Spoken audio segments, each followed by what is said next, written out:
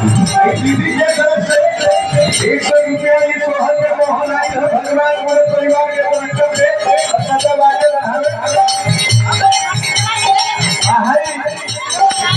दीदी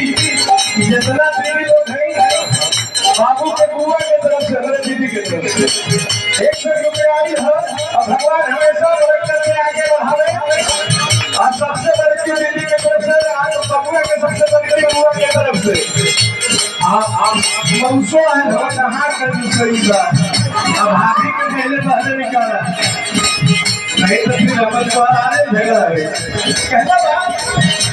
बबुआ भगवान